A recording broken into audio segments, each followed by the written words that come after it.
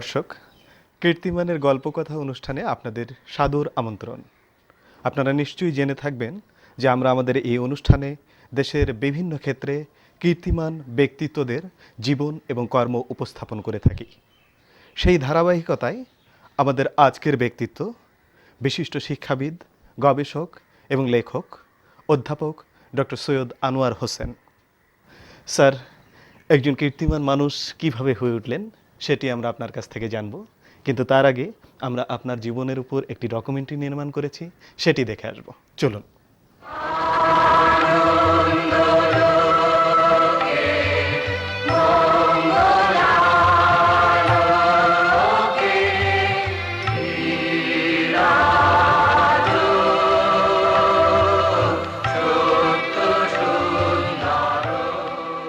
অধ্যাপক ডক্টর সৈয়দ আনোয়ার হোসেন ইংরেজি 1947 সনের 5 নভেম্বর বগুড়া শহরের সূত্রাপুরে পৈতৃক বাড়িতে জন্মগ্রহণ করেন।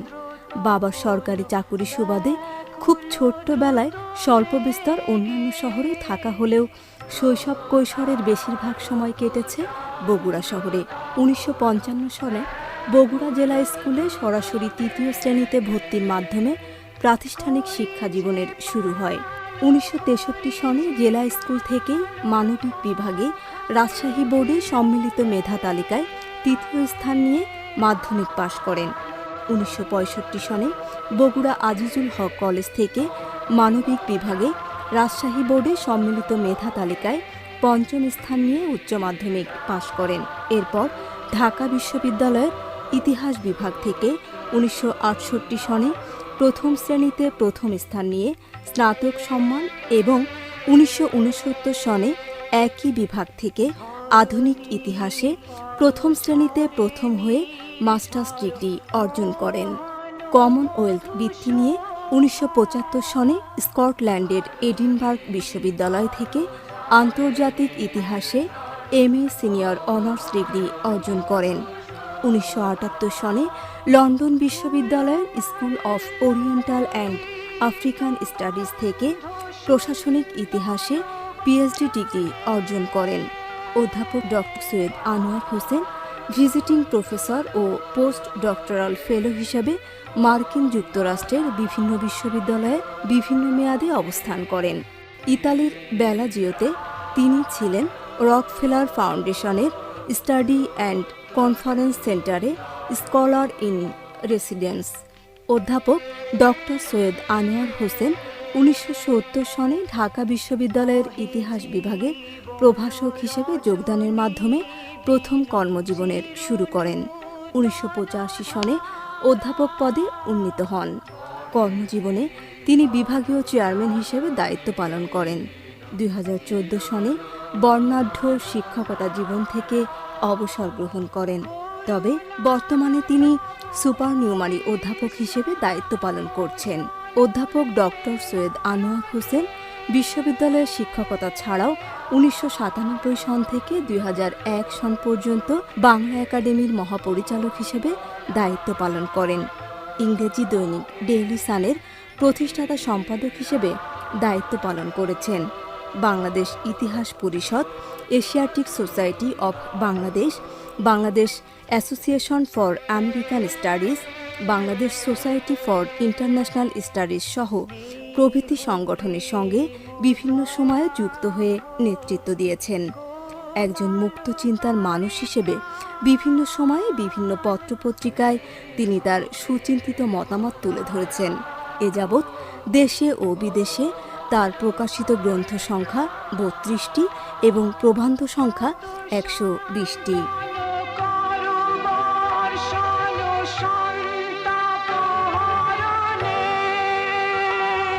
অধ্যাপক ডক্টর সৈয়দ আনোয়ার হোসেনের গবেষণা কর্মে কৃতিত্বের স্বীকৃতিস্বরূপ আমেরিকান বায়োগ্রাফিক্যাল ইনস্টিটিউট 1997 ও 2001 সনে ম্যান অব দি ইয়ার সম্মানে ভূষিত করে। পেয়েছেন বাংলাদেশ বিশ্ববিদ্যালয় মঞ্জুরি কমিশন পুরস্কার। 2009 সনে শিক্ষা ও গবেষণায় অসামান্য অবদানের স্বীকৃতিস্বরূপ বাংলাদেশ সরকার কর্তৃক সম্মানজনক 21 পদক অর্জন করেন। অধ্যাপক ডক্টর সৈয়দ আনোয়ার হোসেনের পারিবারিক জীবন স্ত্রী ঢাকা বিশ্ববিদ্যালয়ের রাষ্ট্রবিজ্ঞান বিভাগের অধ্যাপক ডক্টর শওকত আরা হোসেন এবং একমাত্র পুত্র আমেরিকা প্রবাসী সৈয়দ তানভীর হোসেনকে নিয়ে। প্রগতিশীল চিন্তা চেতনার বিকাশে এই মানুষটির অবদান অসামান্য। যতদিন বাংলাদেশ থাকবে ততদিন তার কর্মের মাঝে এক জ্বলজ্বলে তারকা হয়ে থাকবেন কীর্তিমান মানুষ অধ্যাপক ডক্টর সৈয়দ আনোয়ার হোসেন।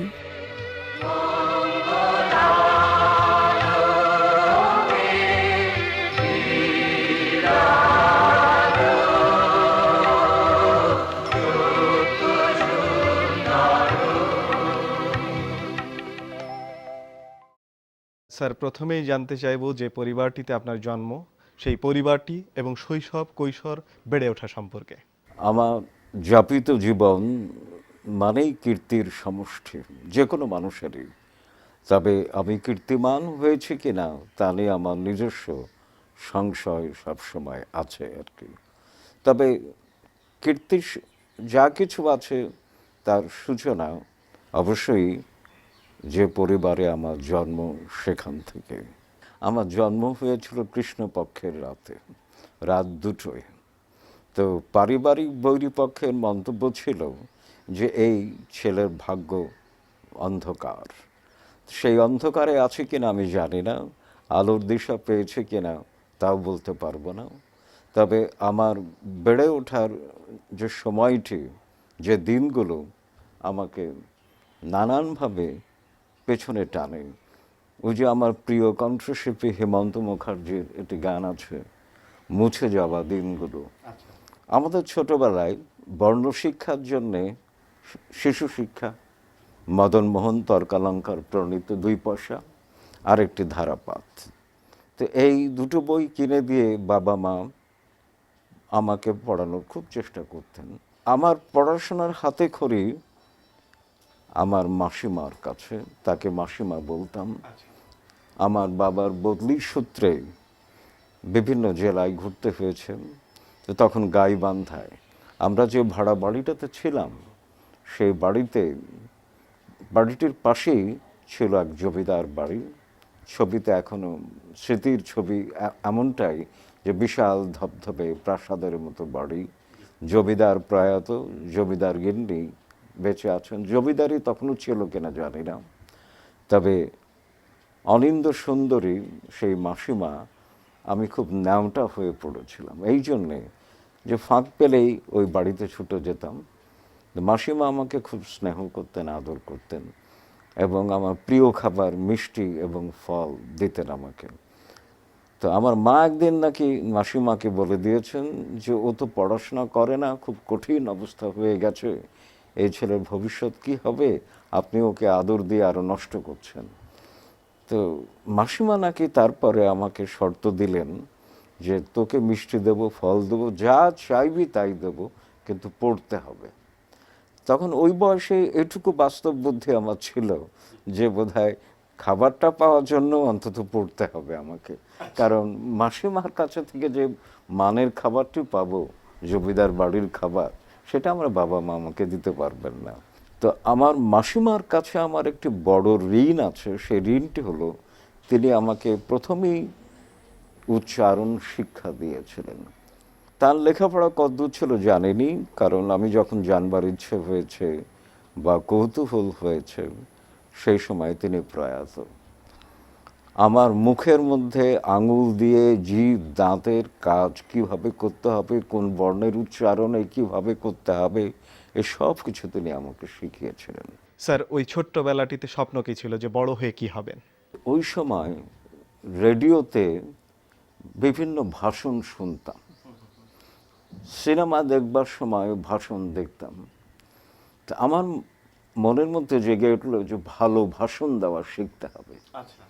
তো কিভাবে ভাষণ দেওয়া যায় আমি এটা চর্চা করতাম, অনুশীলন করতাম। কিভাবে যে আমার চাচাতো ভাই বোন যারা আছে, আমরা 51বর্তী পরিবারের মতো, 4 চাচা, বিশাল বাড়ি 3 বিঘার উপরে, সবাইকে ডেকে বসিয়ে দিতাম বারান্দার নিচে।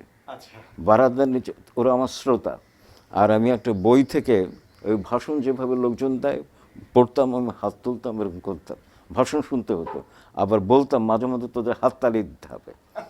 আমি দেখেছি যে, তো শেষ পর্যন্ত তারপরে যখন স্কুল পাশ করি তখন ঠিক করলাম যে আমাকে একটু আইন ব্যবসা করতে হবে, কারণ স্বাধীন ব্যবসা, এখানে বক্তৃতা দেওয়ার সুযোগ আছে। বগুড়া আজিজুল হক কলেজে আমার উচ্চ মাধ্যমিক। আমাদের এক শিক্ষক ছিলেন মতিউর রহমান, খুব ভালো শিক্ষক, খুব ভালো ইংরেজিতে কথা বলতেন। তার একটি পদ্ধতি ছিল ক্লাসে, যে ক্লাসে এসেই আমার রোল নম্বর ছিল 25, মিস্টার 25, কাম ফরওয়ার্ড। আসতাম, উনি একটি শব্দ বাংলা বলতেন না, আগের দিন যেটা পড়াটা দিয়ে গেছেন সেইটা আমাকে বলতে হতো ক্লাসে। এর মধ্যে কোনো ভুল হলে বকা খেতে হতো। কলেজে যে মারটার খেলাম না, বকা খেতাম। তো ওই ক্লাসটি করতে করতে মনেই একটা স্বপ্ন জেগে উঠলো যে শিক্ষক হওয়াটাই তো সবচেয়ে ভালো, এর মধ্যে আমার বক্তৃতা দেওয়ারও সুযোগ থাকবে। তো কলেজ জীবন থেকে সিদ্ধান্ত নিয়েছিলাম যে আমি শিক্ষক হব আর কি। শিক্ষকতা এবং গবেষণায় সারাটি জীবন কাটিয়েছেন। এই শিক্ষকতা, গবেষণা এবং লেখালেখি সম্পর্কে জানতে চাইব।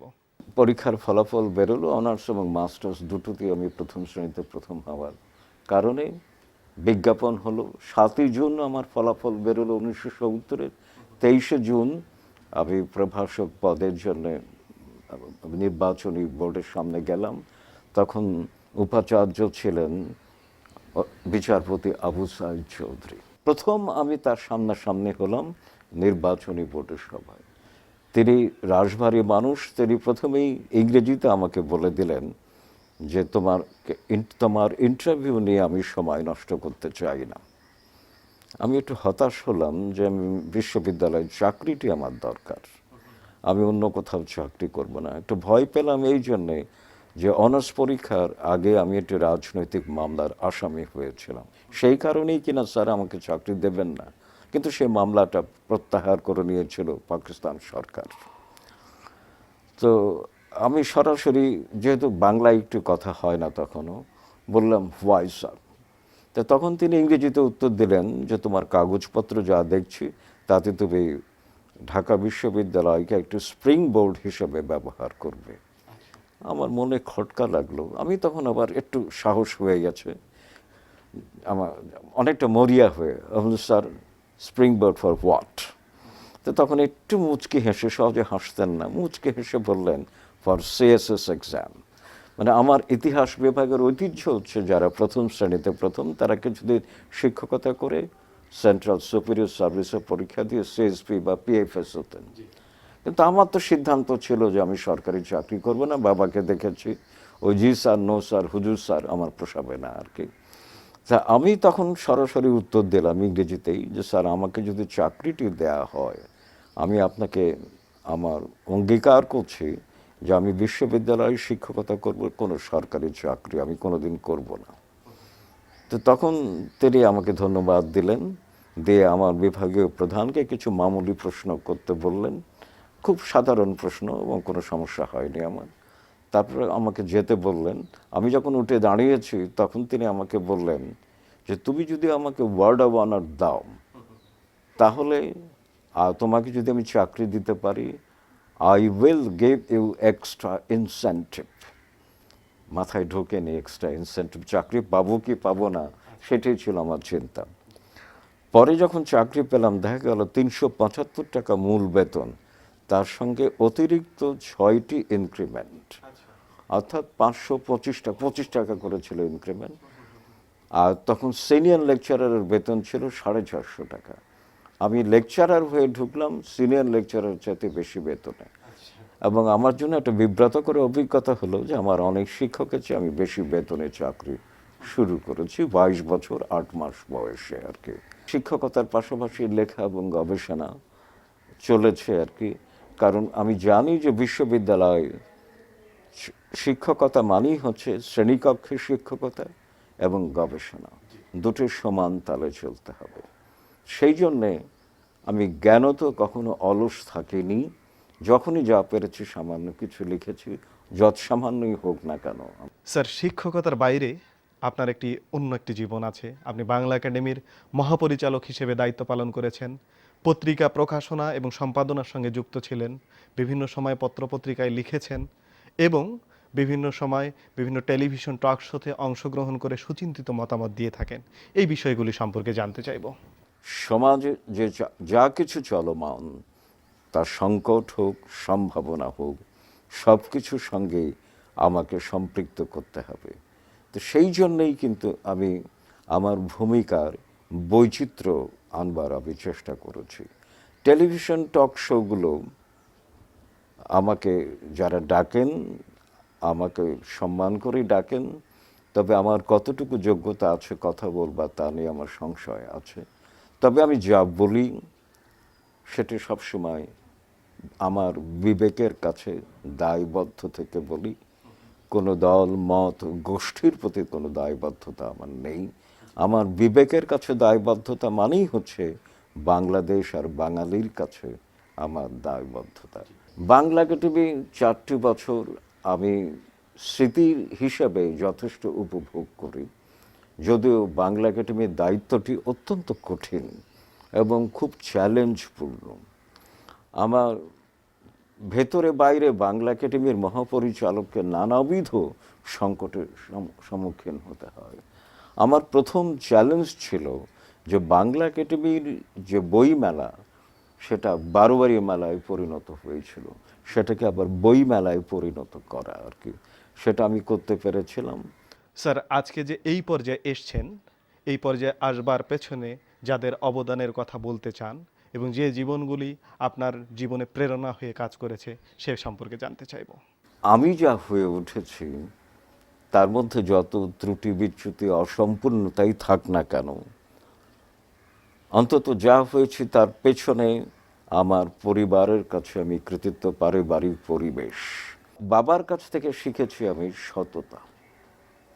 আমার বাবা সরকারি চাকরি করতেন, যে চাকরিটি করতেন ওই পদে থেকে অনেককেই দেখেছি আমার অভিজ্ঞতা থেকে যে তারা ওই সময় কোটিপতি হয়েছিল, কিন্তু আমার বাবা প্রচণ্ড দারিদ্র্যের মধ্যে থেকেও কোনোদিন অসৎ উপার্জনের দিকে তিনি তাকাননি কোনোদিন।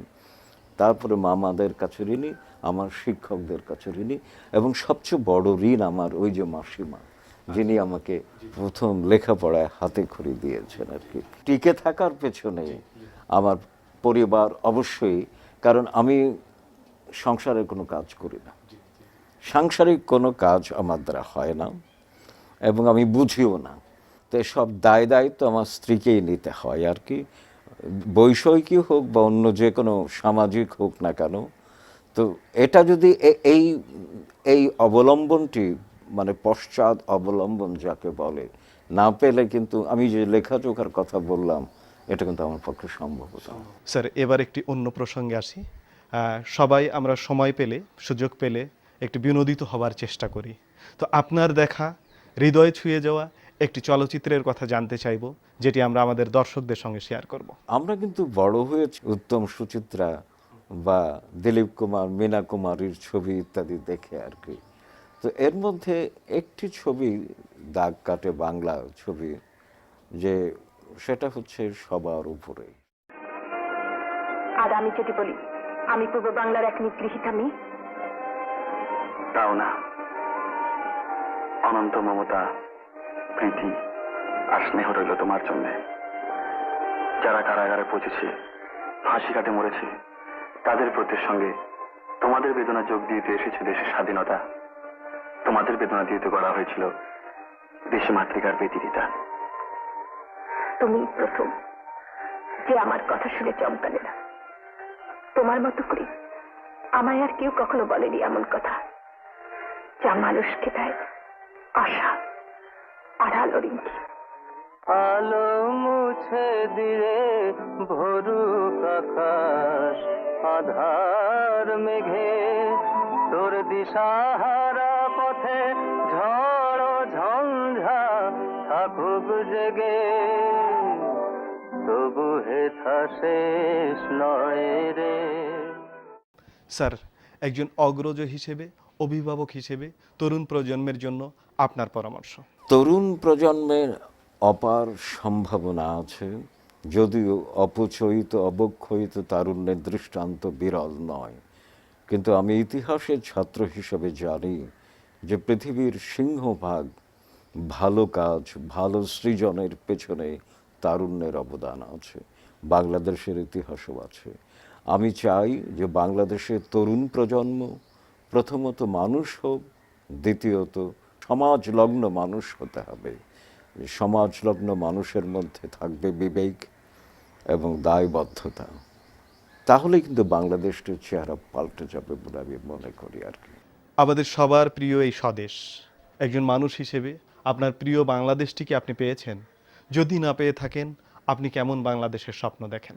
৭১-এর মুক্তিযুদ্ধের মধ্য দিয়ে যখন আমরা স্বাধীন একটি ভূমি অর্জন করেছিলাম, তখন আমাদের স্বপ্ন ছিল আকাশচুম্বী। স্বপ্নের ধরনটাই এমনই, কিন্তু আজকে ৪৪ বছর পরে সেই স্বপ্নের স্থিতিপত্র যখন মেলাতে যাই, তখন জমা অংশে খুব কমই দেখতে পাই, বরং খরচ হয়ে গেছে সে অংশটাই অনেক বড়। হ্যাঁ, বাংলাদেশ এগিয়েছে, আর্থিক প্রবৃদ্ধি হয়েছে, সব কিছু হয়েছে, কিন্তু মনুষ্যত্বের অবক্ষয় আমাকে বড্ড দুঃখিত করে। কারণ বঙ্গবন্ধু নিজেই ৭২-এ 10ই জানুয়ারি বলেছিলেন, বাংলার মানুষ মুক্ত হাওয়ায় বসবাস করবে। সেই হাওয়াটিতে আজও মুক্ত হলো না। আমি চাই বাংলাদেশের মানুষ সেই মুক্ত হয় যেন বসবাস করতে পারে। ভিন্ন মতের প্রতি শ্রদ্ধা থাকবে, তবে যথেচ্ছাচারমূলক মন্তব্যকে আইনিভাবে মোকাবেলা করা হোক, কিন্তু আইনকে হাতে তুলে নিয়ে যেন কোনো ব্যক্তি বা কোনো গোষ্ঠী এই দেশটিকে আমার স্বপ্নের দেশ থেকে বিচ্যুত না করে। স্যার, এতক্ষণ আপনার কথা শুনলাম, আপনার জীবন এবং কর্মের কথা শুনলাম। এবার আপনার স্ত্রী কি বলছেন আমরা সেটি দেখব। একজন মানুষকে নানানভাবে মূল্যায়ন করা যায়, তারপরেও একজন স্ত্রীর পক্ষে একজন স্বামীকে মূল্যায়ন করা খুবই একটি কঠিন দায়িত্ব বলে আমি মনে করি। শিক্ষক হিসাবে তিনি যথার্থই একজন ভালো শিক্ষক এবং একজন যোগ্য শিক্ষক, এবং আমি তাকে ক্লাসে কোনো দিন দেরিতে যেতে দেখিনি। তিনি কিন্তু 5 মিনিট আগে ডিপার্টমেন্টে চলে যাবেন, তার রুমে চলে যাবেন। যদি কোনো দিন ঘটনাচক্রে তার দেরি হতো, ঠিক যেই কয় মিনিট দেরি হতো সেই কয় মিনিট তিনি ক্লাসটি বাড়তি করতেন। আর একটি কথা, তিনি কোনো দিন কোনো ক্লাসে নোট না পড়ে যেতেন না। তিনি প্রত্যেক ক্লাসের আগে প্রত্যেক বিষয়ে নোট করে যান। উনি কিন্তু ন্যায়ের সঙ্গে মিথ্যের কোনো দিন আপোষ করেননি। এবং মাঝে মধ্যে আমার খুব কষ্ট হতো যে তিনি, আমার পরিবারে তো আমরা মানুষ মাত্র 2 জন, তাকে নিয়ে 3 জন, তিনি, আমি এবং আমাদের একটি মাত্র সন্তান। আমাদের অনেক কিছু হয়তো চাওয়া পাওয়ার ছিল, তবে তেমন না, কিন্তু আমাদের জন্য তিনি কারো কাছে কোনোদিন তদবিরে যাননি। এটা ভালোও লেগেছে, আবার মাঝে মধ্যে খারাপও লেগেছে।